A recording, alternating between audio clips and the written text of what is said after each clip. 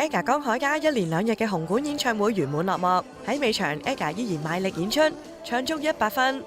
而 AGA 未婚夫鄭子邦1連2晚都有現身撐場，仲有陳慧嫻、蘇志威及長女蘇君喬、洪家豪、Jenny 李幸倪、JW 黃浩兒同馬天佑等一眾圈中人紛紛到場支持。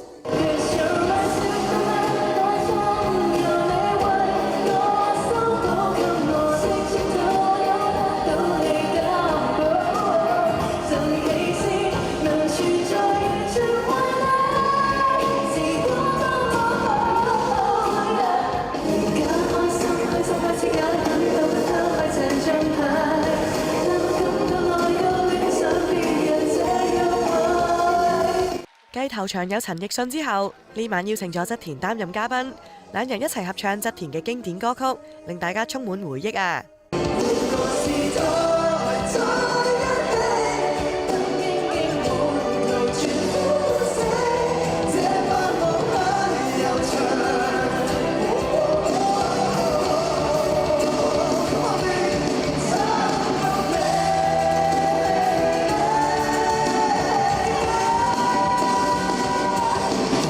想講咧，我識 AGA 咧係好耐以前嘅，你未入行添啊！ Yes. 我哋 jam bar 度 jam 過 AGA。Yes. But 我今日見到咁樣，我好想特別開心啦！想講 You've come a long way, baby。Thank you so much。真係恭喜你啊！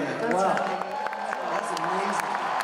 今次一邀請佢，其實佢就即刻好好地喺泰國飛咗過嚟，就同我去做呢個演唱會嘅嘉賓啦。所以其實佢真係好好，係啊。鄭子邦連日高調晒愛撐未婚妻，完 show 後兩人大方合照 ，AGA 都有分享佢哋嘅結婚大計。快咗幾時？未有一個限期嘅，係啊，但係就因為手頭上仲有好多嘅工作啊，同埋好多嘢想去完成咗先，咁所以佢都好好，即係話你去做你自己想做嘅事先，咁我哋揾到一個 right timing 就去做。之後會努力積極做生小朋友啊，全部小朋友就未有呢個打算。今次完成咗呢個 show，又會想走一個巡迴演出咁樣。